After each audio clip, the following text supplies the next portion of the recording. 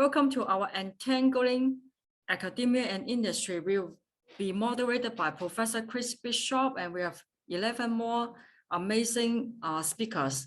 Our next event is One Quantum Argentina with Dr. Wupesh, and another one on December 18th with Dr. Shaki about quantum chemistry.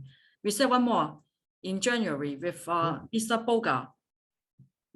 And we would like to thank our sponsor, Quantum AI Foundation, Alexandria Quantum Computing Meetup Group, Quantum Computing in Data Science in Toronto, ORX.net, Association Quantum, Q Mexico, Q Egypt, and Q Poland.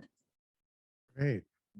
So I have to admit, in the spirit of full disclosure, despite being flattered, I'm not a professor, except professor of life, maybe, based on my 8 careers so far. But I don't have a PhD. I don't have any academic training. I'm kind of making this up as we go. So, but let's begin. Anna, you said you wanted to begin. Do you want to introduce yourself and talk about the great work you're doing at Quantum London, among other organizations? Thank you, Chris, and thanks, Helen, for having us here and organizing this. So I'm Anna, and I'm part of Quantum London, as well as the Quantum Strategy Institute. So my journey in quantum started, I guess, in a less conventional way, like many people. I'm finding more and more.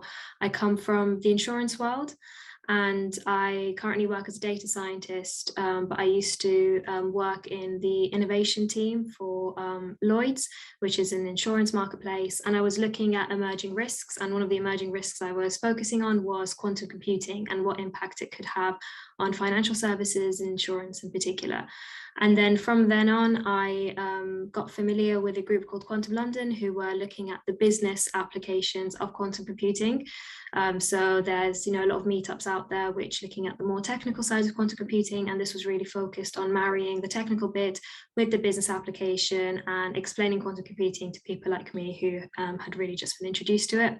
So I joined their meetings and soon became more involved in the community and started to help run their events and become part of the group, Quantum London. So what we really focus on there is trying to look at different industries, different businesses, and how quantum can be useful for them. And we do this through hosting various events. We have monthly meetups where we all get together and we just discuss things in a very informal setting.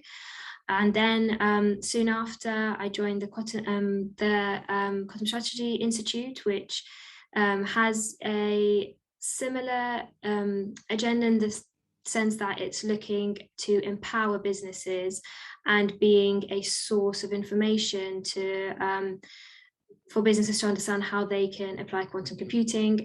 Very careful not to hype it up too much and really be an impartial source of information for different industries. And at the Quantum Strategy Institute, I work as the head of industry verticals, looking at how quantum computing can impact different industries and what it means and the differences that it has for those different verticals. And glad to see Brian is on the call as well, who is the founder of Quantum Strategy Institute. So I'm sure if you have any questions, Brian would also be happy to answer them. But yeah, that's my journey so far in quantum. Chris, you're on mute. And I saw that you recently got, so you were working at Lloyd's, right? But you now have a position at I guess it's a data analytics firm. Can you talk a little bit about that? Because I think that's a fascinating transition to share, right? So you were working as a sort of representing Lloyd's in a company, right? But now you have this new role. So tell the listeners about that. That's pretty cool. Yeah, so I was on a graduate scheme at Lloyd's of London, where you got to rotate between different teams and different roles. And halfway through, I sort of realized I'm quite interested in data and analytics. So I took about an 8-week course in data science, brushed up in any coding skills, which were very, very limited that I had from university, and then trained up to be a data scientist, and now work for an insurtech, which is looking at algorithmically pricing risks. So, and will you be using quantum, you think? Are you sort of positioned to be an advocate or an evangelist for quantum at this company? I think so. At this company, it's very new here, so I'll have to see how things go. But I think with the field of data science, it's, quantum computing, one of the massive applications it can have is in improving machine learning capabilities, because we know that with the more data we ingest, the better our machine learning algorithms can become, but that there's a limit to that at the moment because of the computing power we have. And so quantum computing can provide great benefits in this field in general. So I'm very excited to brush up on my own, skills and get to grips with things like Qiskit and kind of teach myself and play around with the quantum computers that we have access to now, because I think as a data scientist in this field, it's very important to be developing those skills for the future. So again, not to drill down too heavily, but again, I think your story is very unique. Can you just take a moment and talk about clients? Like who are the clients of your current company, and or implications for applying quantum to solving their business problems? So it's an insurtech. So it's sort of, the clients are varied around the world. It's an insurance company. We write specialty insurance for different classes of business, whether that be for marine, property, terrorism. But what the real benefit would come from is that the product is an algorithm that is able to price risks and is able to better estimate, understand how risky, what the risk is of a ship sinking or cargo being destroyed, or a hurricane destroying different houses. So different perils that might, have an impact on the insurance that you write.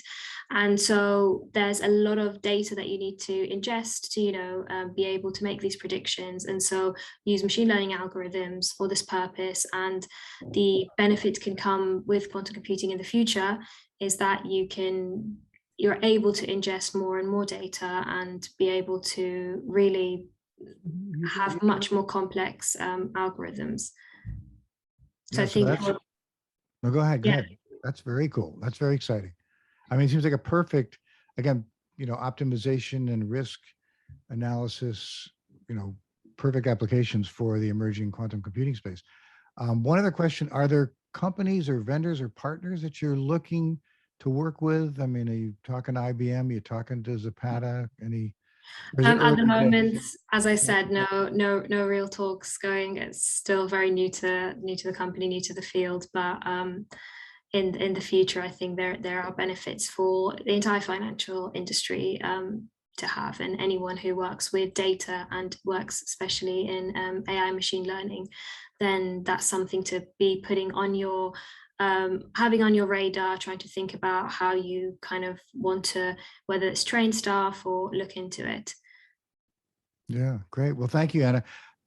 Just for viewers' edification, I put Anna's the link to the LinkedIn Quantum London site in the chat, and also Anna's LinkedIn profile herself. So, Anna, thank you very much. So, who wants to go next? Someone else want to introduce themselves? I'd be happy to say a few words. Great, thank you, Paul. So, hi everybody. Yeah, it's good to see so many people on the call as well.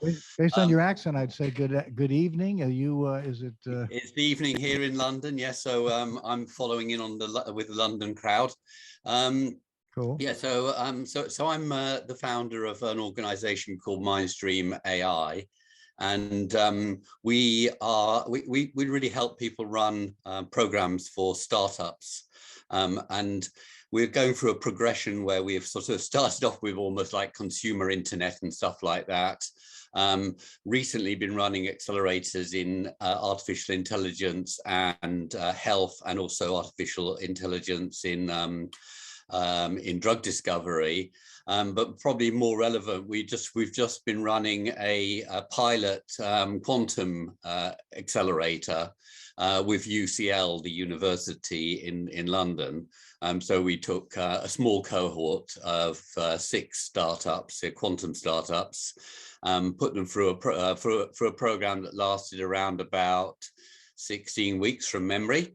Gave them a lot of training around different topics around, protecting IP and things like that, but also actually linked them up. We had a lot of fireside chat with slightly more mature startups in the quantum field. These are the startups that have got to Series A. People like Riverlane and Raco and others like that. I don't know if you guys know them, and we intend to do more in the future. So I guess where I come in is I'm trying to stimulate ecosystems, quantum ecosystems. I'm for hire, so although I'm doing it in London, I don't mind. I don't mind where the action is. I'm happy to run accelerator programs wherever they happen to be. And I mean, for those of you that don't know accelerator programs, they all come from provenance, which was originally Y Combinator in the States, which was a method for selecting startups very early stage and putting them through these kind of effectively, a very long boot camp type process.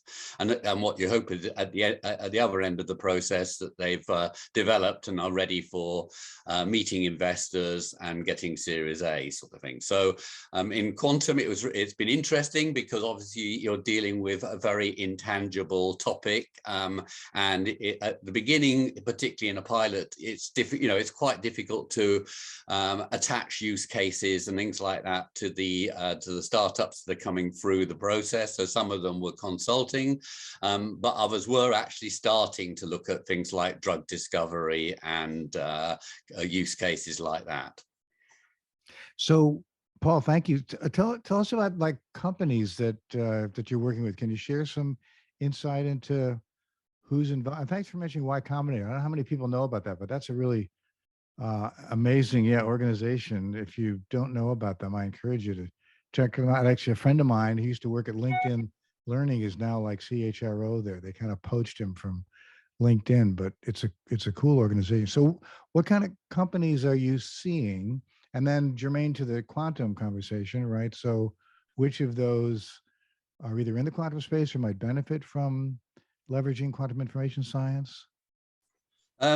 So I would say most of the ones that are kind of already in existence and are already doing stuff were more actually feeding back into the accelerator as as guests, mentors, and the like. And so these were companies like Raco and Riverlane, people like that, Cambridge Quantum Computing.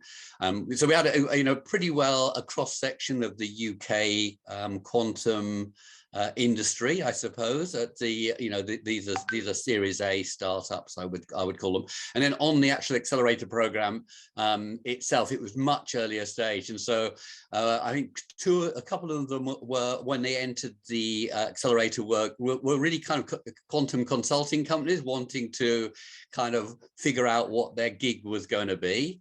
Right. A couple were actually tackling use cases around health and life sciences. But again, as you know, in quantum, it can often be things such as quantum machine learning, or even classical quantum inspired, those sort of things. So we had a pretty mixed bag for this first round of the accelerator. But I guess the call out I need to do is that this is going to run again, and there's going to be more and more activity coming out of UCL. It's called Q Labs. You've got my details. I've put them into the chat.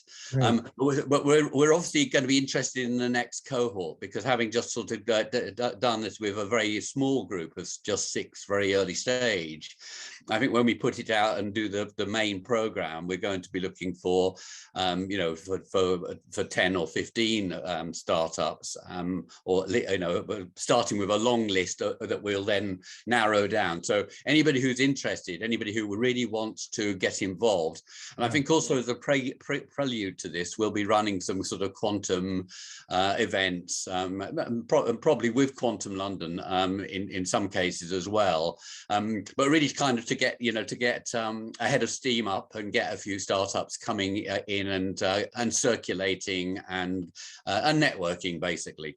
Yeah, well, and that, again, just sort of continuing the thread of quantum in the UK, I want a bit of a sidebar. I want to mention the City Quantum Summit that went on this past week. I know John was there.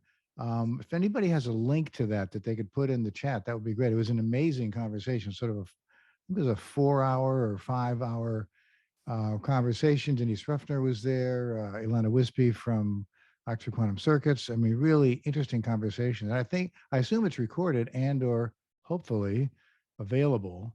If not, I would encourage everyone on the call to check it out and at least, follow them or get on their list so you can attend the next one. I'm sure it's the first and it won't be the last of those kinds of conversations. A lot of quantum focus in the UK. It's very exciting, right?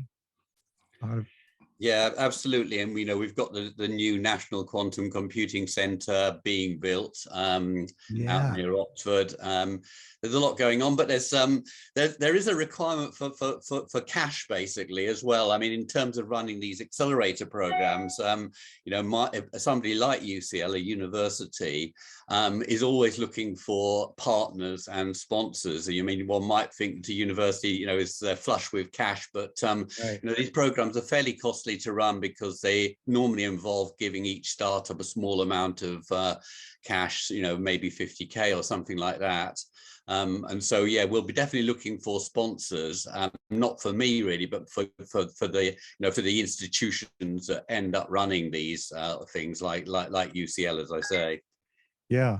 Well, again, it's that sort of, I think of it as the sort of three-legged stool or triumvirate or whatever. So academia and private sector and public sector, right? So those are the drivers and the models exist, precedents like DARPA, the creation of the internet. I mean, it's those kinds of collaborations that drive innovative technologies forward. Me waxing philosophic, but my 2 cents anyway.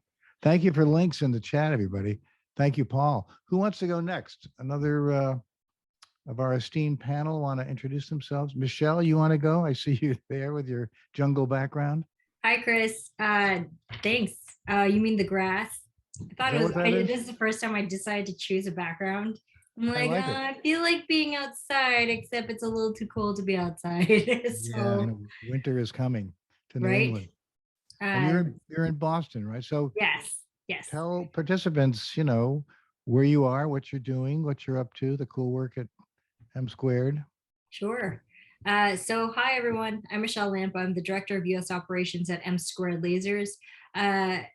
If you don't know what M Squared Lasers is, we are a lasers, photonics, and quantum technology company. We are not just the manufacturer and distributor of our lasers, but we're also the users of our own lasers in order to advance some of the quantum technologies and what you can actually do with our lasers. Especially as it relates to quantum, we use our lasers to slow and trap atoms and ions using our lasers for the gravimeter, the accelerometer, the quantum clocks, and as well as even quantum computing. And this is really important just because it helps us get a better idea of how we can work and collaborate with our customers and also sell to our customers, but also identify potential partnerships. So we have over 400 lasers here in the United States, and I was asked to join to basically build out that US operation so that our customer experience was more than someone just calling into the main line, leaving a voicemail, and 2 to 3 days later getting someone with a Scottish accent asking how they're doing.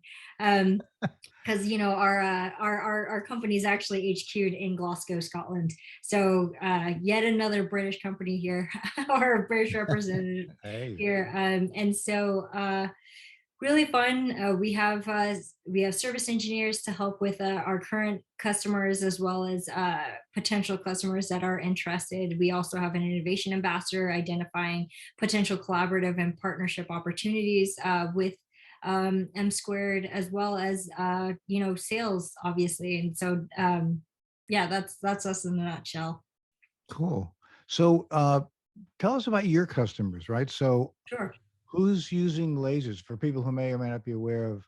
I mean, it's applicable in lots of different quantum computing situations. Quantum information science, I mean, it's not just computing, but based on qubit configurations, right? It's more or less applicable. But so tell the participants about who's using your tools? Sure. So we sell to a lot of academic institutions. You've probably heard of them. Some that start with a Cal, end with a Tech, and start Yeah, with an right. M and end with a T. Yeah, You know, right. and those are some of them. And we also work with quite a few other organizations throughout the United States, especially national labs, some commercial entities as well. Especially on the quantum computing side, it is really exciting because a lot of you know, as various different companies and research institutions are trying to crack the code on essentially unlocking quantum computing solutions, you know, being able, some of them are actually focused on using the freezing of the atoms in order to get to those solutions. And so that's where we usually come in, just because we have the most stable light source, which is really important, especially as you're trying to stabilize the environment for these specific atoms. And so it's really fun, at least seeing what comes out of it, and what comes from a lot of our collaborations with our partners as well. But one of the reasons why I'm also here is also because getting into quantum tech is going to be really challenging, especially since it's deep tech. It's something that a lot of people are talking about. Not a lot of people even know what kind of background to even get into. And no matter what, companies are companies. And so you don't necessarily have to have a fully technical background in order to still get and work with a technical company, as technical as quantum technology. And I'd be more than happy to have that conversation with anyone that's interested in understanding a little bit more about, you know, the different various opportunities and what's absolutely necessary. It's definitely not going to be as easy as, hey, I've done marketing for, you know, an e-commerce company. I can easily go into quantum tech. Not necessarily, very different on how you do it, but having that understanding of who the target audience is really important. Those that are even trying to get into finance, if you're just saying, yeah, I've worked on, you know, helping and investing in software companies in the past, slightly different. What are the things that you actually have to focus in on? What do you actually have to understand? How do you actually sell to this market? How do you market to this market? How do you understand how to even attract talent for this market, and understand and utilize those talent and the potential they actually have in order to succeed in their roles for the company to succeed? That's something I'd love to talk about as well. Yeah. So I see a lot of people putting their LinkedIn profile links in the chat. Please do that, and reach for me, reach for anyone you see here. Put your LinkedIn profile link in the chat. You know, again, building this community is what's going to drive understanding and adoption and accelerate the ability to take advantage of this amazing technology. Absolutely. Thank you, Michelle. Who wants to go next? Yeah, if my tech's back and John, working. you're back. I know. I turned it off and back on again, so that's the limit of my Hey, technical expertise. whatever works, man. Kick it or turn it off and turn it back on. Exactly. Two main approaches. So, John, tell us about entangled positions. Yes. So, and how you got there. I think the story is interesting. Again, you know, we've all gotten to quantum through various paths. Nobody like fell out of the sky and got a job doing quantum. So yes, so I'm a tech recruitment veteran, having fallen into recruitment in 2004. I think no one sits up dreaming at night when they're at school about being a recruiter, I don't think. But so I got into that in 2004. And for most of the next 10 years, I was working with pretty much mostly focused around software. That could be web dev, telco, bit of embedded. And then in 2014, I had a conversation with someone I'd worked with as a candidate who said he was building a quantum computer and the related subsystems, and asked if I could help him find the team. So wow, that conversation took a lot more effect than I realized it would at the time. So over the last 7 years, I've sort of been fortunate enough to be working in the community, getting to having the privilege of speaking to thousands of people that are forming the ecosystem. So obviously some are on the panel with me, some are in the audience with me. and some that we can that I get to meet in due course as well. So so during that time, there's been a lot of evolution within the market, but even for myself, so I founded Profector Associates, which was both sort of technology, software, physics, AMO, and quantum. And quantum became more and more the real focus of things. But at the time, the market wasn't really there to be 100% visible. So I was quite happy going under the radar a little bit, working with the clients and candidates I knew. And then over the last couple of years, we've seen the maturation of the technologies. And I think with the pandemic, how people communicate has changed as well. So that was kind of the trigger to create Entangled Positions, become far more overtly quantum focused, engage in more events such as this to not just help the flow of talent and workforce, but also try to cement in sets of ethics and responsibility that aren't necessarily there in all recruitment sectors. In most sectors, recruitment has a bad name. We've got an opportunity to build one that's fit for a recruitment industry that's fit for purpose and of benefit to the industry. Yeah.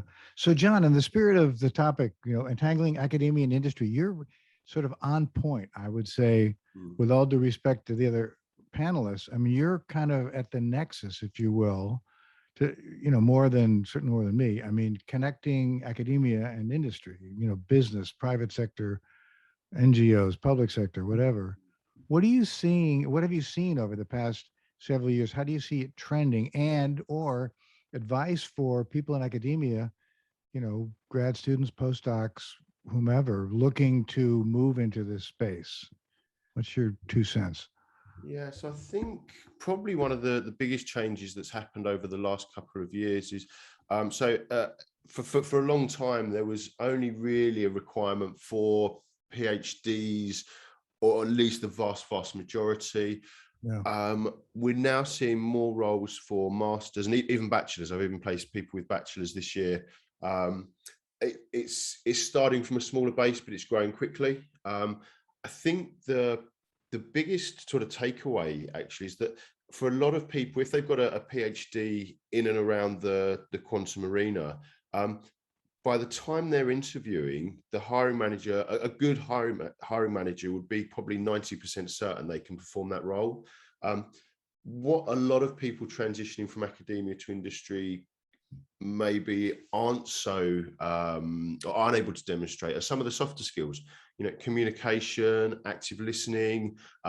Clients often leave little things that you're expected to follow up on and you agree to, and then when you don't, it could be something that rules you out. And it's those softer skills to really focus on. Networking as well. It's never too soon to start networking. You also it helps for your confidence as well, because if you're speaking to people in the industry, whether they're, CEOs, hiring managers, or someone that's just 5 years, 2, 3, 4, 5 years further in their career than you are, then when you're looking to transition into industry, these aren't sort of big, scary demigods in their ivory tower. They're just like the people that you've been speaking to. So that's something to really lower that trepidation. And I think there's a lot of false impressions that people in academia tend to have that aren't necessarily true about industry.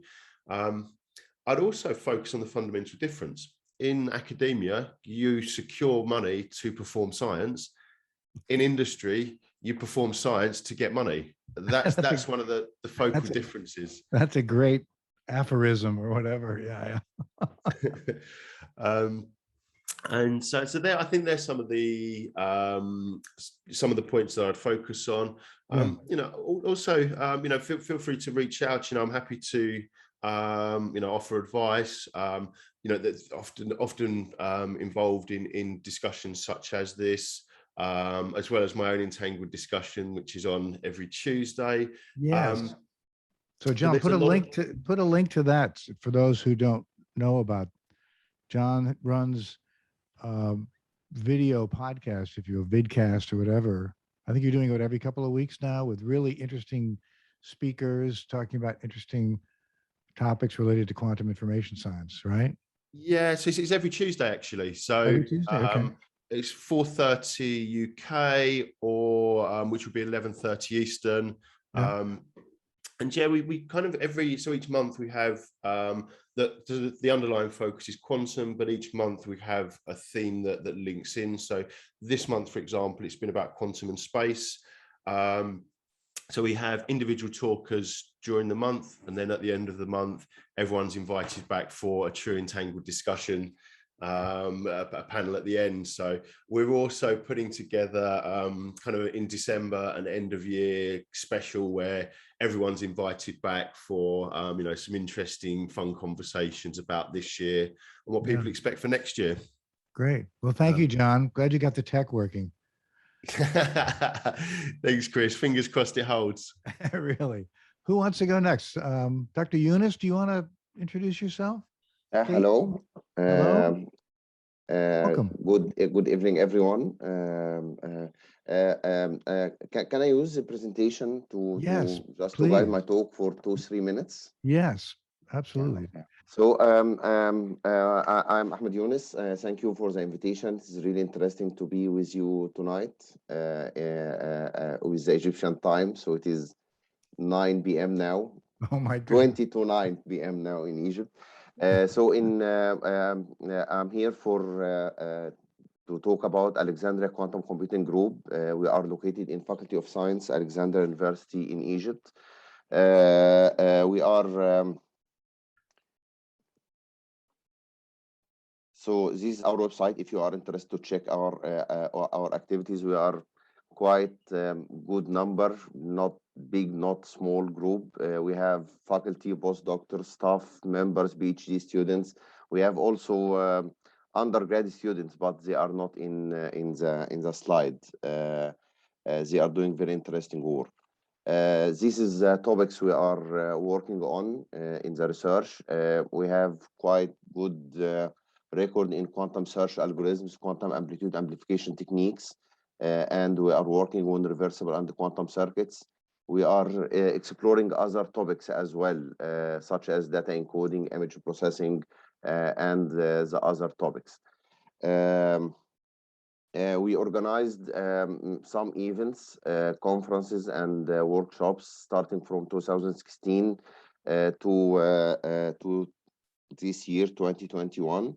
The last one was the workshop of quantum computer and quantum information. We invited very great talks. They gave us very nice talks, very topics. We have some of them now with us. They are friends, good friends. This is our Facebook page and LinkedIn page if you are interested to follow our activities, what we are doing in Alexandria Quantum Computing Group. All our talks and events are on our YouTube channel, so please check them if you are interested. Recently, we established a Center of Excellence for Quantum Computers in cooperation with Quantum Computer and Quantum Information Group in Hungary and Quantum AI in Poland. Actually, this entity, Center of Excellence, gave us a chance to get entangled with the community, because as a research group, we are only doing research, but legally, this entity gave us the chance to get entangled with the community outside the academia. This is very interesting, and we are looking forward to make it successful. Actually, we have a series of lectures. Maybe it is only a series of lectures in Arabic on YouTube. Many of the Middle Eastern people are using them. They send us very good comments. I hope we develop more content, because changing the language will be very useful for the community here in the Middle East. Also, we are organizing Alexandria Quantum Computing Hypatia series every couple of weeks. We invited many great speakers so far, so please join us. Our talk is on Thursday, 9 p.m. Egyptian time. The last one was just a couple of days ago. We actually have connections, good connections with many entities all over the world. We are doing research with university from the US, from Poland, from Russia, from Thailand. We have good network. We are trying to develop this as well. Recently, we joined Q Egypt. We have Q Egypt now in Egypt. We are very excited and very happy about this. And we started with a project. It is just this is our page for Q Egypt. So please follow us if you are interested to know more about this. Recently, we started a project. We call it Young Researcher Project. We invited young people to do many projects for a year under the supervision of or coaching from our group. The application just ended. We accepted about 15 people from Egypt. We will start working with them and we will see what we can get from that. This is our plan, actually. This is what we did since 2005. We started with just to disseminate the quantum computing field in Egypt. We started supervising master and PhD students. Then gradually we offered a PhD level course in 2009. Then after we have awarded some PhD degrees, we started to offer a master's level degree. So we are moving from top-down scenario. Then in 2016, we go down to the graduation project for the undergrad level. Now we have courses offered for the undergrad level. Finally, we decided to have a full degree for quantum computing and quantum informatics. We are still waiting to get the approvals from the Ministry of Higher Education in Egypt. So we have a full degree for quantum computing. These some courses, if you are interested. We didn't start it yet. We are just waiting for the approvals from the legal entities in Egypt. So that's it. That's what we do in Alexandria Quantum Computing Group. Thank you very much. Wow, fantastic. So you've been doing it a long time. Oh my goodness. Yes. Right. Wow. So since again, 2004, I got my PhD from Birmingham University in the UK in 2004. So I'm trying to do my job since then. Wow. So it looks very exciting. I mean, what a range of curriculum. Very impressive. Again, I don't want to dominate this. I want participants to be able to ask you questions, but back to the theme of entangling academia and industry, are there connections with quantum startups? Are there any in Egypt? And maybe that's a naive question, but actually, the interesting part that the industry in Egypt is slowly approaching quantum computing. They are trying to connect with us for consultation and for trying to find what the benefits of having startups in quantum computing. So maybe in few weeks, we will hear about new startups in Egypt. Yeah, great. Well, thank you very much. And thank you, Mariam, for putting URLs in the chat. Very cool. And best of luck getting that curriculum approved, right? The courseware you proposed. Terrific. Let's go to another panelist. Someone else want to introduce themselves? Welcome. Okay, thank you, Chris. Hello. Thanks again for the invitation to join as a panelist. To support the introduction, I have a presentation. Okay, so I am Rafael Sotelo. I am from Universidad de Montevideo in Uruguay. Montevideo is a capital city in Uruguay that is in South America. So I am now in a nice But springtime, no? Springtime, yes, spring afternoon, yes, blue sky. So happy to join you today. We are a case in which we really are entangled, because born at the university, there is this startup which is called Quantum South. So I will talk to you today about our journey.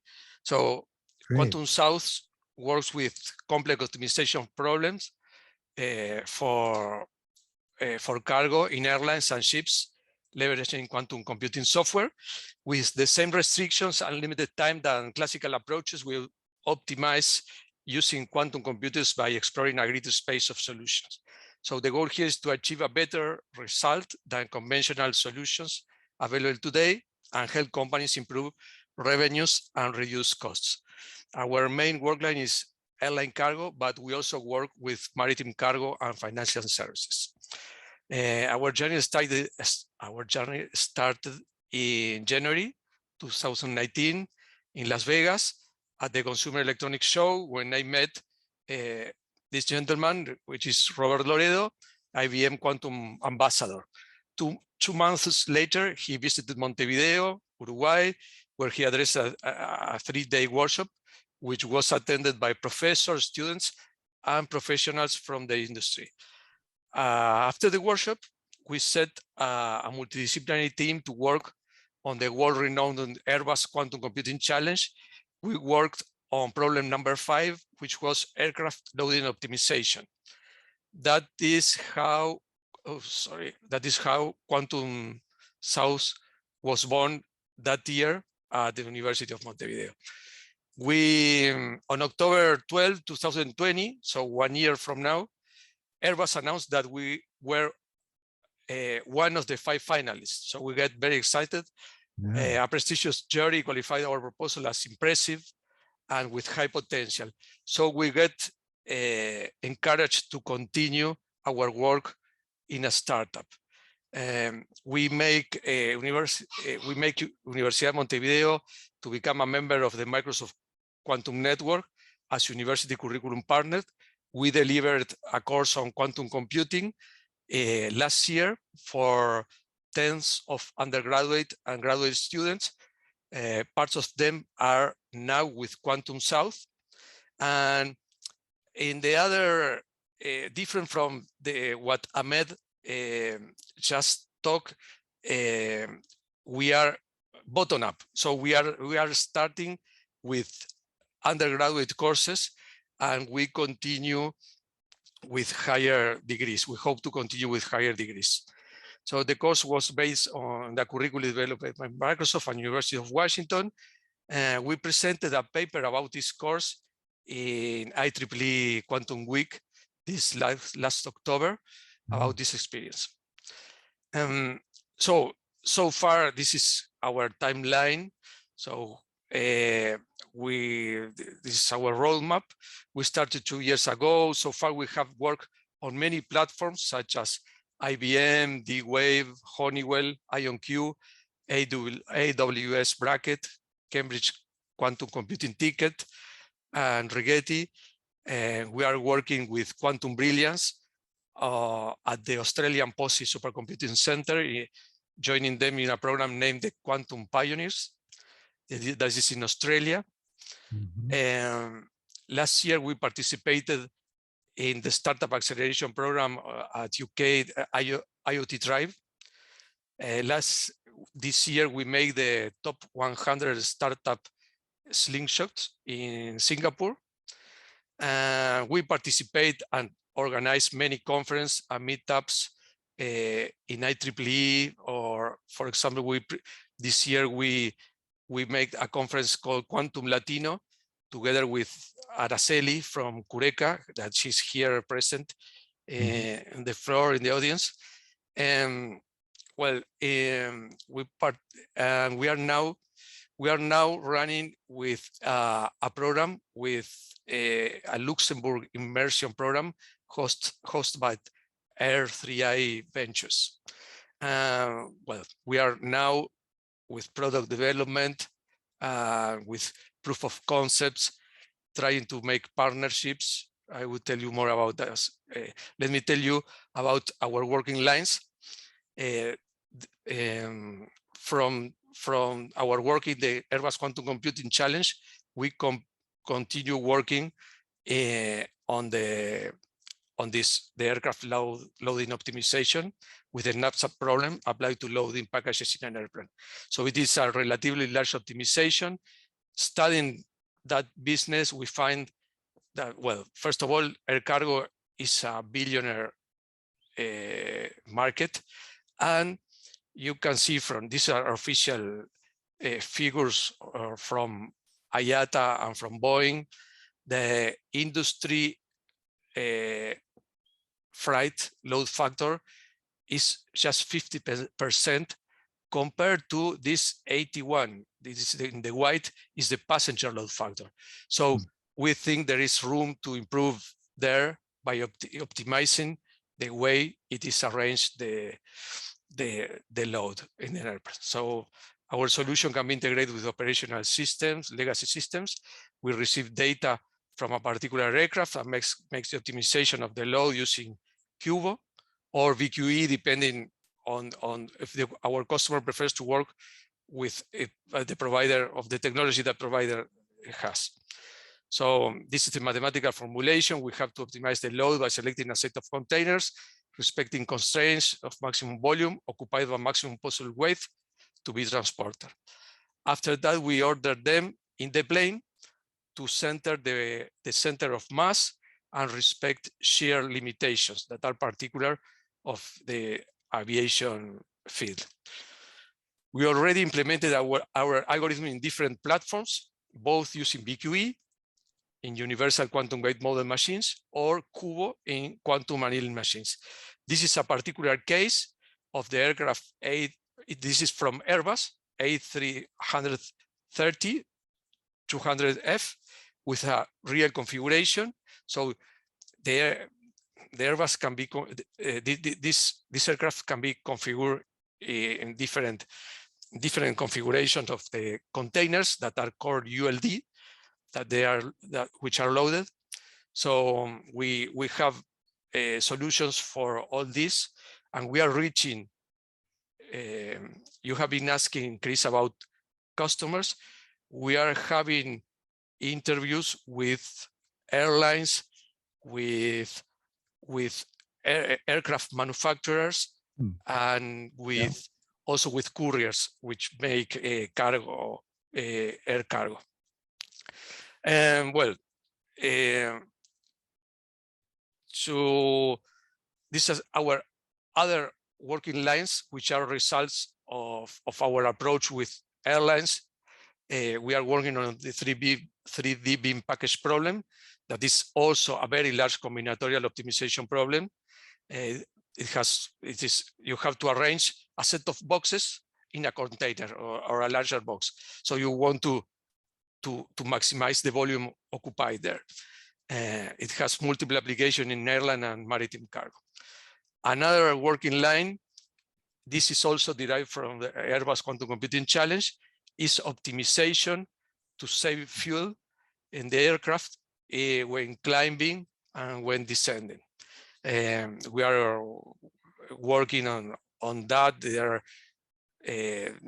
now numerical simulations are performed, but which give limited results. We are trying to apply quantum computing to this very hard problem.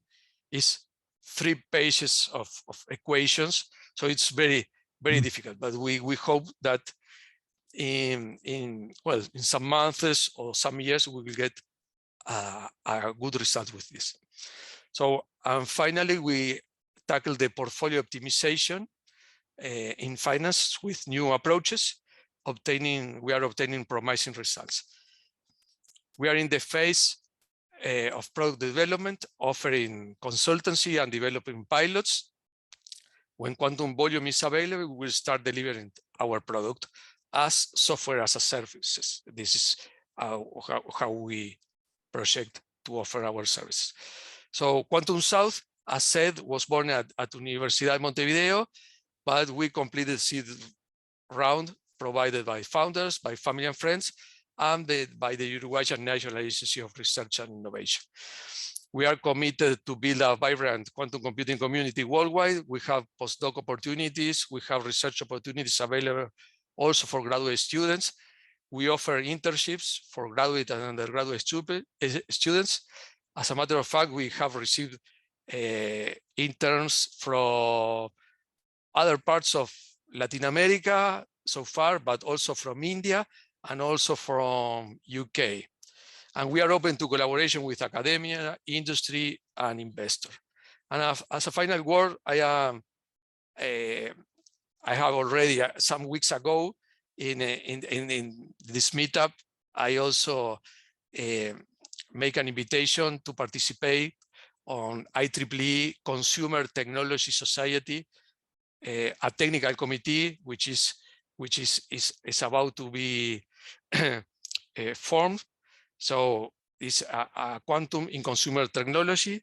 So the mission and objective of this IEEE Consumer Technology Society Quantum in Consumer Technology Technical Committee is, as you see, to implement the field of interest of the CTSOC and to assist, support, endorse, corroborate, and strengthen the CTSOC with conference, publication, standards, and so on. So it's a cluster of engineers, practitioners, technologists, scientists, and researchers from industry and academia from around the world. So far, it is being established. Shuichi Nakamura from NER Corporation and me we are going to be the chairs of this and co-chair of this committee. So anyone willing to join this committee and anyone who think that would make some contribution, please reach out and you are invited. I have received a number of volunteers that make a step forward and contacted me some weeks ago after another meetup. So I am repeating the invitation. Thank you, Chris. So that's all. Rafael, that was great. Wow. I have to confess, I had no idea, but very exciting. So I want to make sure we get to the other panelists, but could you spend a minute just talking about, again, based on our theme here, academia and industry, have you had graduates go into the private sector, and have there been challenges? Because when they say they're from Uruguay, people go, where are you from again? Or, I mean, it's not yes. If I understood it, okay, you're asking if we have graduate students going to the industry, right? Yeah. Yes. So, yes, we have graduate students with us. I mean, the industry, in our case, is us. Uruguay is a very small country, but our vision, our field is we are working worldwide. But our origin is here, and we have founders which are students, undergraduate students, for example, and graduate students also. Yeah. And they are continue working with us, and they are leading some parts of our initiatives. And we are also receiving collaborators from other parts of Latin America and of the world. But great. So you know what? Well, as you know, and as has been said here, and it's evident that this field is especially, it requires special skills and special knowledge. That is different from other. It is well, as time, the years are passing. Well, it is widening the scope. But what is different, that in general people start with PhDs and right. Very specialized, but now we are working with people that are computer science students or telecommunication students, Yeah. and not only physicists. So Rafael, can you put a link to, you said inviting people to join. Is it QCT? Yes. Can you put a link in the chat so people know how to easily get to you? Sure. Thank you. Great. Well, thank you very much. So I can share. I can share the presentation. I will be happy to present. The final word is that we are working globally with meeting people. I don't know if that is something that has been an advantage of the pandemic, that all of us are more open to meet virtually, or I say by Zoom or other tools. But it has been very easy during these 2 years to meet people in the field. Yeah. What is difficult for us is to access funding because, well, there is almost no public funding here. So we are looking to operate and incorporate in other regions like America or Canada or Europe. That is why we are looking how to expand. Particularly now we are working in Luxembourg to expand in Europe. Yeah. So maybe you and Paul need to have a conversation, would be my reaction to that, right? I mean, there's no reason, it's not geographically specific, right, Paul? I'm putting you on the spot, but. No, not at all. Yeah, no, we definitely should have a conversation. Yeah. Great. So so connect on LinkedIn for sure. And then put emails in the chat, Rafael and Paul, that would be great. So we have 2 more panels I want to get to. I know we're past the top of the hour. I think we've allocated another hour, and I'll make sure people get a chance to ask questions. But yeah, Zoltan, please. So I can start to tell me, thanks for the great moderation, by the way, Chris. Great questions. So like Ahmed, Younes, I have been in this field forever. I graduated in 2009. I've been all over the Europe, actually, I would say not world. I've been long time in UCL.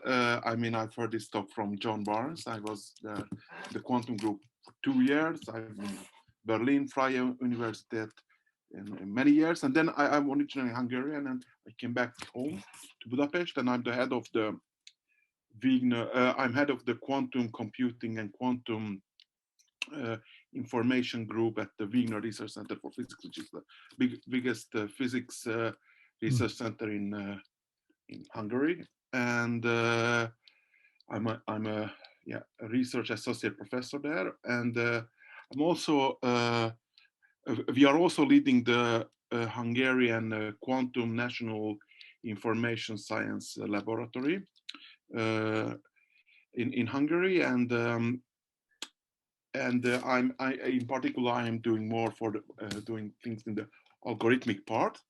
So I'm a little bit old school, so I'm going to share some slides about science also. Okay, no, please. Yeah. So do you see this well? Yes, I can see it. Yeah. So I mean, and I'm also actually affiliated with the Eötvös University, the biggest university in Hungary. It's in Budapest. And then what I was thinking of is sharing, like we are doing many things. I'm doing testing actual quantum computers, doing quantum readout error mitigation, also doing some algorithms for traveling salesman problem types of issues like what we heard, and also for other things. But I'm going to share a very particular project because this shows maybe most clearly how you can entangle academia and industry in a great way. So this is the so-called Picasso project. And as you know, I mean, there is a huge competition in academia for doing, in industry actually, mostly, for doing great quantum computers simulators. You can read about and quantum computing languages, Qiskit from IBM, or Cirq from Google, and so on, and C# from Microsoft. However, there is much less going on for photonic quantum computer simulators. Actually, I only know of basically one, if it's proper quantum computing simulator, which is from a Canadian startup, actually very well known, Xanadu. They have the Strawberry Fields project. So my idea was, why not put together a bosonics, a photonic quantum computer simulator? Here's the group. It was actually connected with Wigner, Utrecht University, and we also have some partners from industry. This is very important, from Ericsson. I mean, it's the big 5G company. They are very interested in photonics, obviously. And also Maxler, which I will talk a little bit about. And actually from the whole group, I would like to mention Karim, who is actually a usual suspect in these meetings. He's often in this DC meetup. He was also a part of this collaboration. And also we have distinguished partners, not only from industry, but from academia outside of Hungary. For example, Michał Ośmaniek and Tomasz Rybocki from the Polish Academy of Sciences. Okay, so sorry for this. So basically, one thing that we did was the famous boson sampling problem, which is due to Scott Aronson and Alex Arkhipov. And it's, I mean, maybe I should not go much very deeply to the mathematics of this, but I want to say to you, so what you have here is like a interferometer, photonic interferometer, which is easy to actually produce. People are producing it. Then you have one photon sources, which is not so easy to produce, and photon detectors, which are between easy and hard to produce. And if you are able to do this on a large scale, let's say for 100 modes, then you would be able to show like a supremacy type of experiment, the same way as Google did for the random circuit sampling. Actually, there is a variant of this, the so-called Gaussian boson sampling, where people have done experiment in the supremacy regime, actually, in those famous experiments in Hefei, China, actually. And the let's say that in the deep of this, why it's hard to simulate this is that it's hard to calculate permanence, which are it's a function. If you enter a matrix, you get a number, which is very similar to determinant, but there is, which is easy to compute, but they changed something in this mode, and that function is very hard to calculate. That's the, and there are many numerical methods, and we did that, for example, within this Picasso type of framework, and the original here I'm showing some original thing, like when we did it first, we were clearly beating the Walrus, which is actually the part of Strawberry Fields, so Xanadu's software for this particular problem in time for doing this sampling. However, we were not beating, obviously, for example, this Tianhe 2 supercomputer in China, which was also simulating this. And but then we got an idea actually from a partner, and actually industrial partner, Maxler, which I will talk about, that maybe we could use FPGAs. These are this field programmable gate array, which can be used actually as great accelerators. In some sense, better accelerators than GPUs, because you can somehow fix better the precision of the calculation that you want to use. And actually with this, we are coming out with a publication. Very soon we can beat even that supercomputer in China.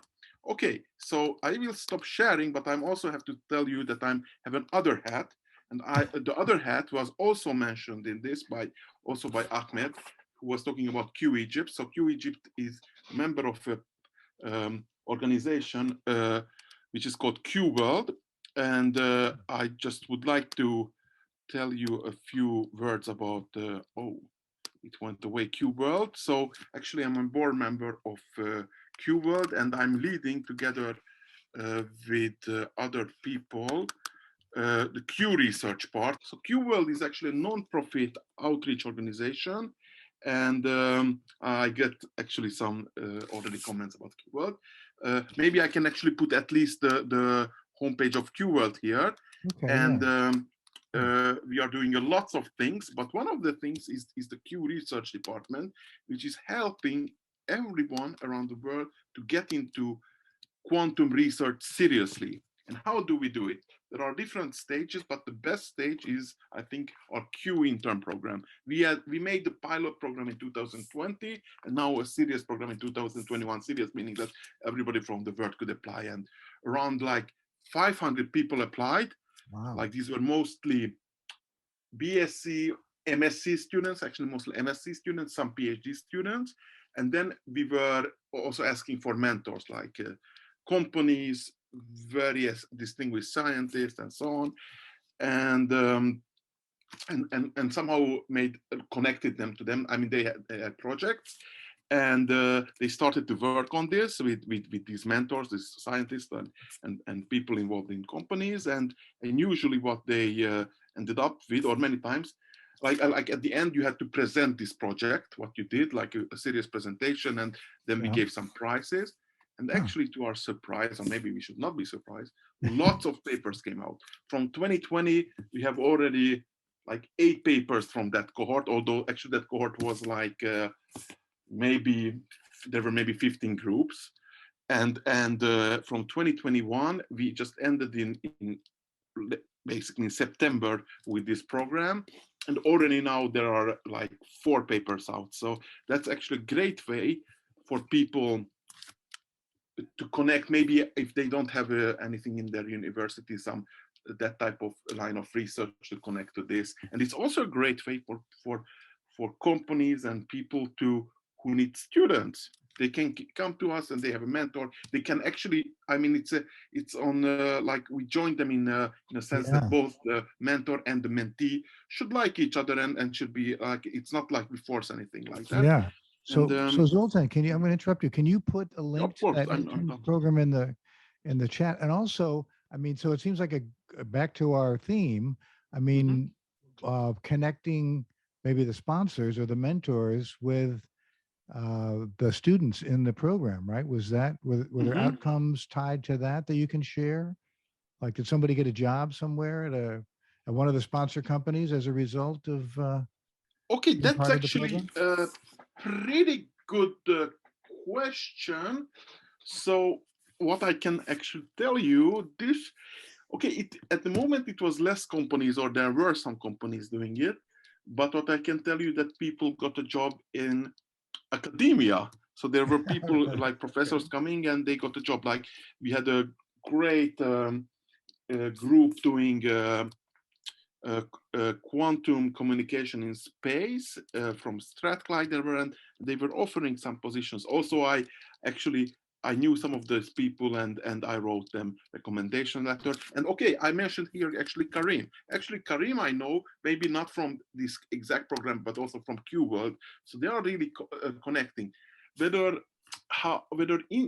they get jobs in industry, that's a trickier question, because perhaps we have been not, let's say, pushy enough into getting into industry, but we are trying. Actually, I saw that Araceli Negas is here, and she's doing this Cureka type of startup, which is also connecting industry to quantum research. And we are now planning to do together some project on that. Well, that sounds good. So, and again, one of the reasons I'm asking is I'm a member of the Quantum Economic Development Consortium in the U.S.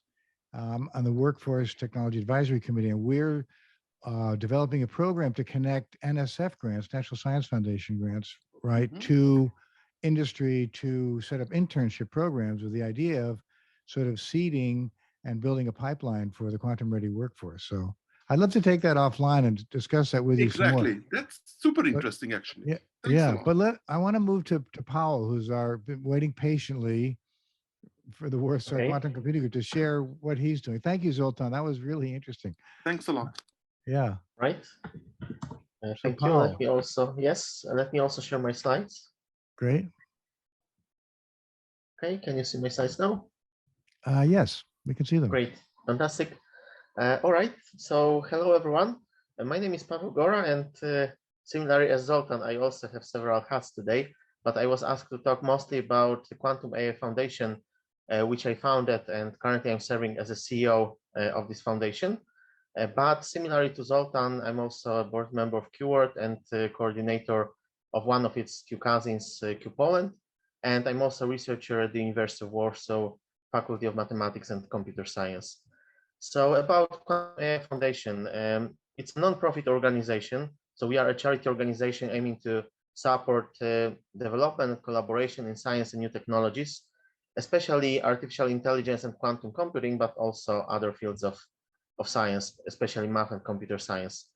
So the foundation was established in November 2019, so 2 years ago, and we achieve our goals by organizing meetings, meetups like Warsaw Quantum Computing Group meetups, workshops. So for example, workshops on quantum computing in collaboration with Q Poland and QWorld, in fact.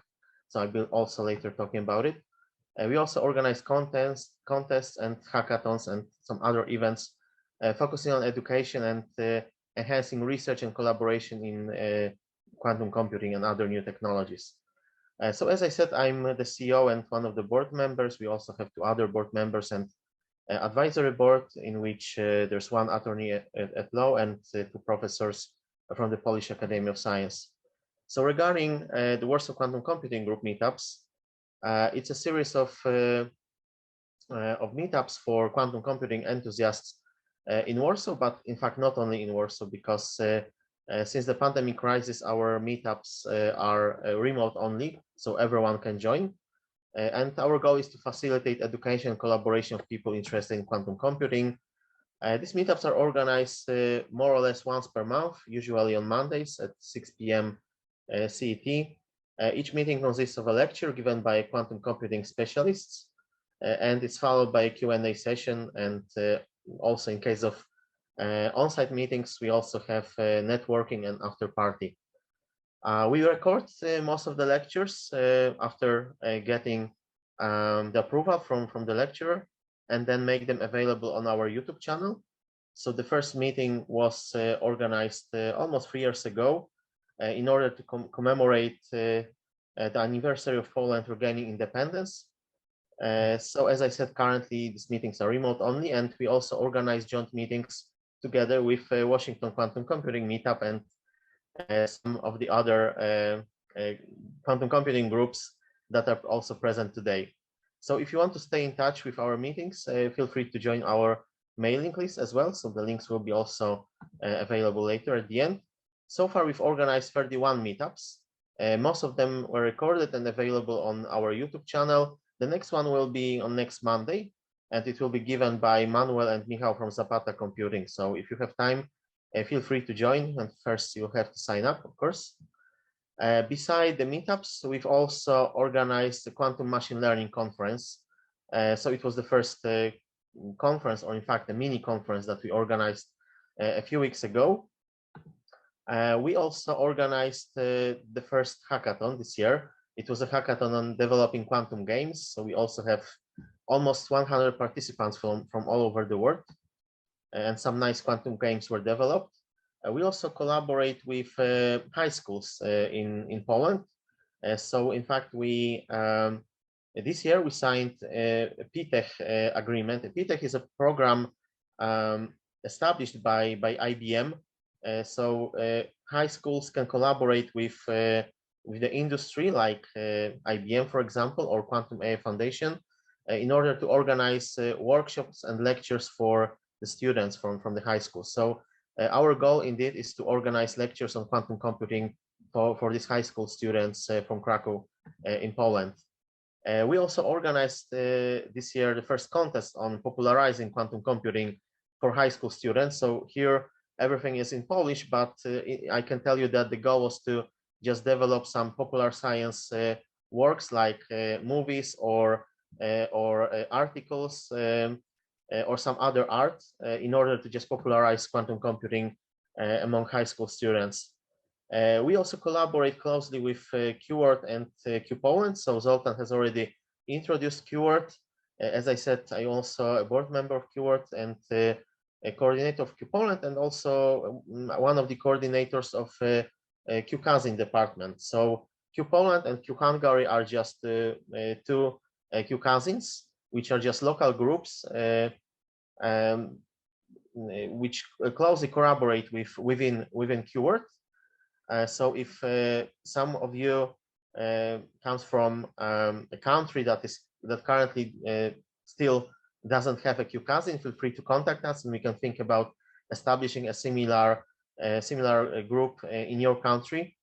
And most of the events that I've already told about were also organized in collaboration with Q Poland. So for example, by QPoland and within QPoland and in collaboration with the Quantum AI Foundation, we also organize workshops on quantum programming, which are based on the keywords materials called bronze, and currently there are even more advanced materials that are called silver. And so far we've organized 4 such workshops, and we've handed out more than or almost 200 certificates for the participants who successfully completed the tests that were just given after the workshops. So we work also to educate people in order to make them ready as the future quantum computing developers for the industry. We also already collaborate with the industry because we have 2 strategic partners. These are just companies. One of these companies is a startup from Poland, it's Narto, and they are working on optimizing logistics. Cogit is an international company. I think they were established in Ireland more than 20 years ago, but they also have office in Poland. So they've recently become our strategic partner. We also have several, so the strategic partners generously donate our activities. So thanks to that, we also have some funding to organize all this stuff. But we also collaborate with many honorary partners. So for example, the Alexandria Quantum Computing Group is also among our partners. So we support each other in just advertising, promoting our activities, especially on social media. So if you are interested, we invite you to join, to follow our website, to join our mailing list, our Facebook groups, follow our fan pages or Twitter profiles, or a YouTube channel or LinkedIn profile as well. And last but not least, I would also like to tell you that beside these activities within Quantum AI Foundation, I also do some research. So far, I've published 1 paper related to quantum computing. Its title is New Hybrid Quantum Annealing Algorithms for Solving Vehicle Routing Problems. So the vehicle routing problem is a popular combinatorial optimization problem that appears in logistics. So this research has been carried out at the University of Warsaw, but currently our strategic partner is interested in just a continuation of this research and maybe in the future in implementation of our work in their company. So this is an example of entangling academia and industry, and also thanks to QWORD and the Q Research department that Zoltan described, we are also working on this topic further within the Q Intern program that Zoltan told about. So in fact, the Q Intern program is already over for this year, but together with some of the students that were my interns, we are also working on this topic further. So maybe in the future, there will be some real world implementation as well. Thank you for your attention. And if you have any questions, I will be happy to answer. So Pawel, that was great. One of the challenges of these presentations, there's so many great links, and then you obviously can't click on them in the presentation, but could you put some of them? Yes, I can put them in our chat. No problem. Certainly where to sign up for your newsletter, where to sign up for your meetup for sure. And then maybe your LinkedIn profile for starters. Okay. And then just a reminder to everyone, right? If you click on the ellipse at the bottom of the chat, the 3 dots on the lower right, you can save the chat as a digital asset, right? It's going to be a rich repository of really interesting content and links, right? So that would be great. Well, thank you, Pawel. We have 2 other people we want to speak before we open it up to questions. So I want to invite Mariam and Menna, who are students of Dr. Younes, to take the mic and share with us what they're doing. And Pawel, thank you. Unshare. Can you stop sharing? Mr. Pawel, can you? There you go. Cool. Thank you. Thank you. Mariam, welcome. You're welcome. I am Mariam Medhat. Hello. Hello. I have just received my master's degree in quantum computing. I am a graduate of the Faculty of Science, Alexandria University, in Quantum Computers Special Degree. I am a member in Alexandria Quantum Computing Group, Q Egypt, Q Young Researchers. And if there is any student that wants to know more about quantum computing and the activities around it in Egypt, I will be happy to answer any question regarding this. Great. Thank you very much. And Menna, is Menna joining us as well. Hello, Menna. Welcome. Ooh, a keyboard. All right. Want to give us a few bars or something? Yeah, sure. Can you hear me all right? Yeah, you can hear you. Yeah, we sound great. Yeah. So my name is El-Masry. I'm teaching assistant at the Faculty of Science, Alexandria University, and currently a release team lead at Kubernetes and the maintainer of Cloud Native Foundation. Well, my journey began as a student of Dr. Ahmed, like in 2016, doing my master degree in quantum computing, especially in quantum algorithms and the use of quantum search algorithms in quantum machine learning. And I'm also a research member at Alexandria Quantum Computing Group and a member of Q Egypt. So they gave us an amazing intro about it.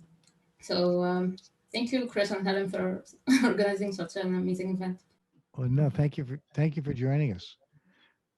Delighted to have you, and especially, again, as many of you may know, I'm a huge supporter of gender parity, right? Driving and diversity and inclusion. So delighted to see Menna and Mariam joining us, and Michelle. So, should we open it up for questions? Do people have comments or questions for this esteemed set of speakers? And I would say turn on your mic, turn on your camera. You know, feel free to raise your hand or just start if you have questions for any of these panelists who've joined us. Don't be shy, or put it in the chat if you're more comfortable doing it that way. Again, this Okay, will be I can make a comment. yeah. This is Rafael. Just to start, no, I have heard Pawel's presentation. I found it very interesting, and especially the last topic he's researching about quantum computing applied to vehicle and transportation optimization. I want to tell him, I don't know, Pawel, if you are listening, but I have a graduate student. We are working. We have working in the Amazon and MIT challenge that was a challenge that take place this year. About it is about the delivery of packages of trucks in Amazon trucks. Delivery of packages in cities. So how to learn to how the actual drivers decided their routes, and we are planning. Our next step is to try to apply quantum computing to this. So I hope to connect to you. I will read Sure. your paper, and okay, we'll continue. Thank you. Okay, great, fantastic. Thanks, Rafael. Feel free to contact me. Yes. Thank you. So you guys connected on LinkedIn or put emails in the chat? I think we are already connected. Let me. Perfect. Any other questions from the audience? Otherwise, I'm going to whilst we're waiting for the questions to warm up as well, and everyone else is mentioning the other hats that they're wearing, I think it's probably a good time to also mention the recently created One Quantum UK chapter. So One Quantum is a global not-for-profit group. It has 30-something different chapters. Most of them are country specific, but there is Women in Quantum and One Quantum startups as well. So as I say, it's a not-for-profit group, and it focuses on 4 main pillars. So that's communities and community building. That's mentoring. So again, if people reach out, they can be paired with someone in the industry, either a more or less experienced than them, depending upon what their interest is, to help the community flourish. Obviously, there is a focus on careers as well, so I can sort of help with that with both my hats. And also projects as well to help interact the community and bring those projects together. So if anyone's interested in One Quantum or specifically One Quantum UK, please let me know. And as a busy week wearing different hats, I also became a special advisor for the Quantum Strategy Institute, who Anahita mentioned earlier, and that is it's an organization that specializes where quantum and business meet. So again, if there is any interest in that area, please do ask. Great, thank you, John. Yeah, there's one Quantum Africa. I want to mention that too, right? Yeah, Farai's doing a great job there. Yeah, really interesting. I saw that Paul put in the chat he's got to leave in 10 minutes, but what I'd love to do is kind of a round robin with panelists. You know, give me your 2 cents on how we might better connect academia and industry, right? What's the 90, I think of them as sort of elevator pitches. I did this at the IQT event last week. I moderated a panel on preparing the quantum ready workforce. So like, if you get in an elevator with a professor or a VP at a private sector company, perhaps, and they say, well, what is this quantum thing and how do we get better connected? What would you say? Question to the panelists. Yeah. Yeah, I could take a stab at this. I mean, I come at it from a very specific angle, which is that putting startups in the center. But it's amazingly effective that if you could create an ecosystem, and the aim of the ecosystem is to help startups grow. It's then quite easy to pull in academia in support of the startup and corporates in support of the startup. So that tends to be my go-to strategy. So I'm trying to do that really around King's Cross in London, because you've got these very, very big institutions all next door to each other. You've got the Turing Institute, you've got places like the Crick Institute, you've got UCL, you've got the Open Data Institute. You've got them, and they're all next door. You've got DeepMind, you've got Google, you've got Facebook. So if you've got that, the problem is that if you don't have startups in the middle of the ecosystem, there isn't much reason for people to collaborate. In fact, they all see each other as competitors effectively, and so it's quite difficult to get larger organizations to collaborate unless there's something to collaborate around. And I find that by building these programs to support startups, that gives them something to collaborate around. Basically, that's my sort of view of it. Yeah, no, that's great. Thank you, Paul. May I ask something from Paul around this? So you said that you have this startup incubator type of program on quantum going on with UCL. I was in UCL for a long time, so that's why I'm also interested in this. So when they manage to set up a startup, how is it usually composed? For example, are there always a professor or an associate professor there, or are there sometimes just graduate or MSc students starting maybe with some people from industry? Or what is the composition of those startups? Yeah, I mean, that's a good point. I mean, the startups, can be spin outs from universities, and they probably often are when you're talking about something as deep technology as quantum. But generally speaking, they can come from other sources. I mean, they could be people who've left university 5 years ago, and but I think to become a true definition of a startup is probably more than just a researcher. It probably needs to cover the bases of I don't know, maybe a commercially minded person, a technically minded person, and and one or two others. So it's about building a team, and what these programs can do is they can support the team building, but there needs to be the kernel. There needs to be, there needs to be something that is the core of what will later become a startup. But when you say that it's connected to UCL, this quantum program, what do you mean then? Or like, okay, no, so that's I grant you that's a bit confusing. I would say that the role of UCL in something like this, and very often actually the institutions that support my programs, is nearly always one of just simply convening. So in other words, UCL say that we will run a program. But the startups can come from anywhere. So the startups could come from UCL, but generally speaking, you usually only find one or two startups coming from the convening organization. and the rest come from it's really comes from a call out across as wide an area as you can possibly get to within reason, sort of thing. So we probably wouldn't try to attract startups from the States because they've got their own ecosystem, basically. But we would probably think about attracting startups from, say, across Europe, because that's a reasonable catchment area, as you might call it. Thanks a lot. Actually, I have a question for the incubators and for the supporters of the startups, because actually many of Egyptian companies are consulting us now to do startups. So what advice should we give them to do good startups, to do successful startups? Because we are academia, we are not expert in industry. So how can we help them?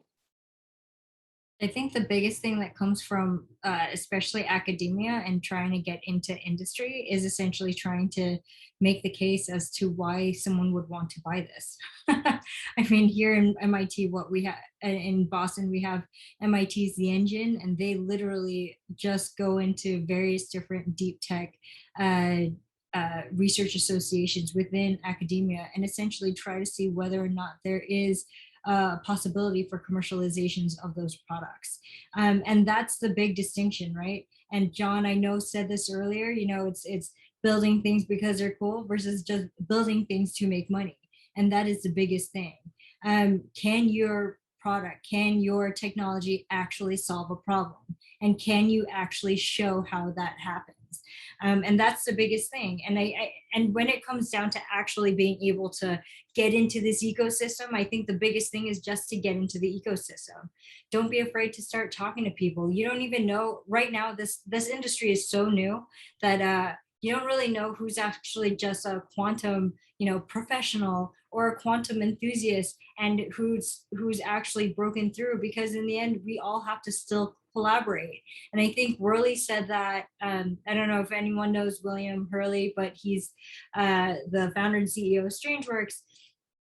He's spoken to quite a few of these things, and he's also said, you know, no one has really broken through yet. And right now, even though we're all trying to compete, we still have to collaborate as much as possible.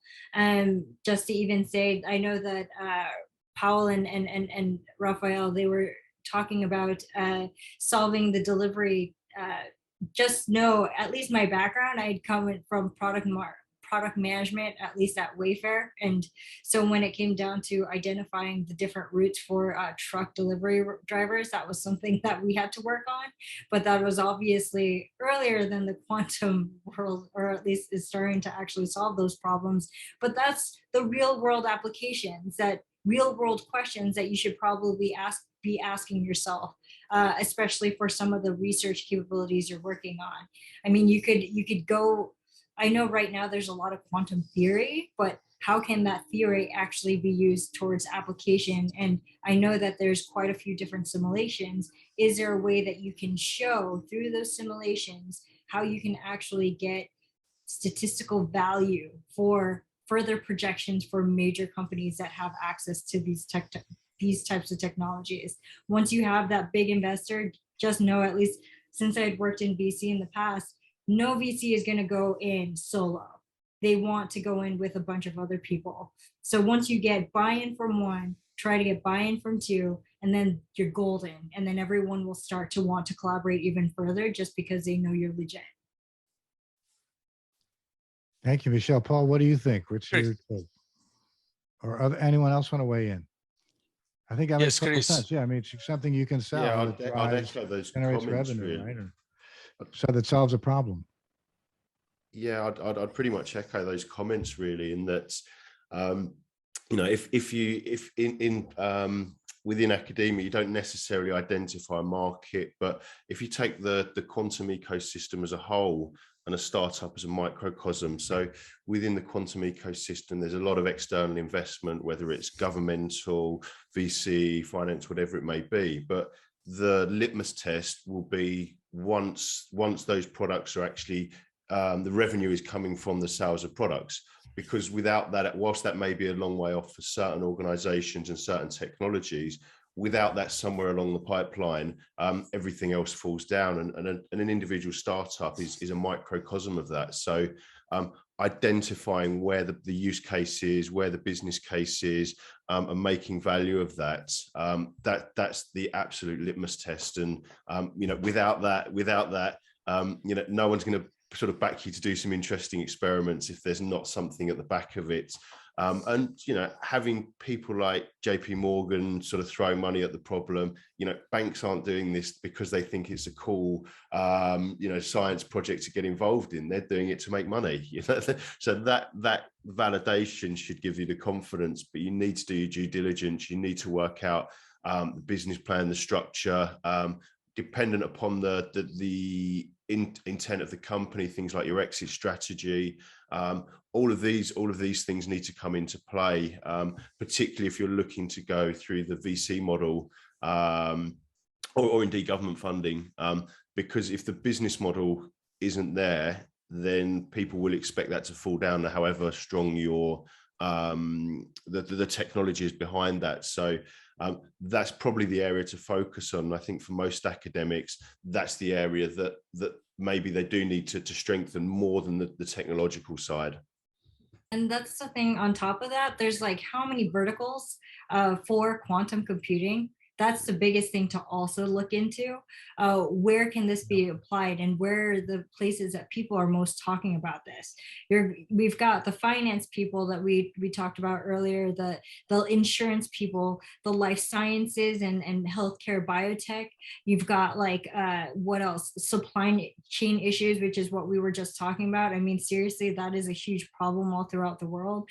It's not just a traveling salesman situation. You're talking about so many things that can actually be applied to so many different verticals. And that's why when we're talking about collaborating, it's not just collaborating with the quantum world. We're talking about collaborating with everyone that's already in the actual working world and trying to see where we can actually solve that problem. Oh, you get 2,000 applications a day on just cases for life insurance. How can we actually better assess these situations and help you out? Is this something that needs to be done today, or is that something that could be done soon? And you set up that timeline, and that's really important to also think about. But there it is. Also, I'm just going to put a little, Brian Lenahan is here. So quantum boost, amazing, just in case anyone wants to read it. I said that I was going to, shine light on it. So there it is. So Michelle, put the link in the chat, right? Or the actual book here. There Michelle, it is. put a link in the chat, Michelle. What I'm missing from this discussion completely, I mean, both from the side of John and Michelle, is like, you're talking about applications and how to map it. I mean, what is the biggest, I would say, risk for any venture capital is how the hardware side of quantum computing will evolve. Actually, it's mostly huge companies bigger than their own that is doing those kind of stuff. Like when do you get, let's say, clean enough 1,000 qubit gate-based quantum computation? Or, I mean, I saw that Rafael is doing, let's say, adiabatic Kubo models, quantum computing. Is the D-Wave model really scalable? Like what they are doing? Is it really a quantum thing, or is it just a huge refrigerator? Those are the questions where the risks lie, not only in the application part. I mean, we have to be honest on that level. I know I'm being old school, but I'm old school. I think D-Wave are backing both horses now. They've got a gate-based model coming into play. So okay, it's not on but that was one part D-Wave, but also, like, for example, at least both Google and IBM put up some roadmaps. Actually, they are very identical if you look at them. Let's see whether they follow that. If they follow that, that's amazing, by the way. I want to hear what Paul has to say. He's the guy who does this for a living. So, Paul, what's your take? I thought, again, great comments, Michelle, totally on the money, and John. Yeah, I mean, I won't comment much on the hardware because I think that's absolutely true. But it's probably people with very deep pockets trying to tackle that. So I'm just coming back to the startups. You know, people are probably thinking, well, how can we be promising revenue streams, because you can't really. So I think the way that investors work is they work on the idea of hitting the next inflection point, basically. So, you know, you're asking for 500,000 to get to a certain point. And that point is not revenue, you know, not in quantum, it's probably proving something or other. And you get to that point, and then you know, you're already fundraising for the next inflection point, which is, you know, going to be 18 months away, where you're going to hit the next inflection point, and so on and so on. And that's kind of how it works at the moment, because, you know, nobody can promise results. And I mean, that's even true of AI still, you know, in terms of AI and drug discovery, let's say. Startups are just promising that they hit a certain target along the route that they're going to eventually get to, and that's how it's you know, that's what they're doing. And you basically have to hit those targets, or, you know, people will potentially give up on you. No, great, thank you, Paul. Another way to go and get money too is like Lockheed Martin, for example, is working with startups to basically help build company or help build products, and then they aren't taking your IP, but they're letting companies actually build using the partnership, using Lockheed's name, and then allowing you to basically commercialize and build upon those products later on as a company. So like it's like this spin out thing. So you're getting money and name brand to actually build. Sorry, go ahead. Hey, Rafael, Actually, you wanted to say something. Yeah, yes, thank you, Chris. I want to go back to one question you make about the elevator. If I have the chance, as a researcher and an entrepreneur, and I have in the elevator, say, a CEO of a large organization, what I would try to say is something like this. This is, well, you know, I work on quantum computing. Quantum computing brings the promise of solving large problems. What large problems do you have in your organization? So that will be the opportunities for me and for my team to research or to try to develop products for real problems. So that there will be the opportunities for quantum computing. I mean, which are the problems that are large today that that take too much time, too many time of computing power to compute, or problems that you even don't try to solve because they are extremely large. So in those problems, we have to focus. Sometimes we will be able to get a solution, and sometimes not, but there is the opportunity for quantum computing. We have to be market driven for real problems. Yeah, no, that's great. Thank you, Rafael. Other comments, questions? Anyone in the audience? Actually, I have a question about the startups. I have checked many websites for startups. And actually, I didn't know what they are selling. They are not offering anything, just ideas. And this is and this is scary for other startups too. So where is the market? What they are selling? What are the prices? And this is news. We have to solve this issue. Otherwise, we will not see new startups coming soon. Yeah, Zoltan, you're shaking your head. You want to add to that? I fully agree. Okay. Yeah. Okay. After these negative comments, I can make a very positive comment then. Okay.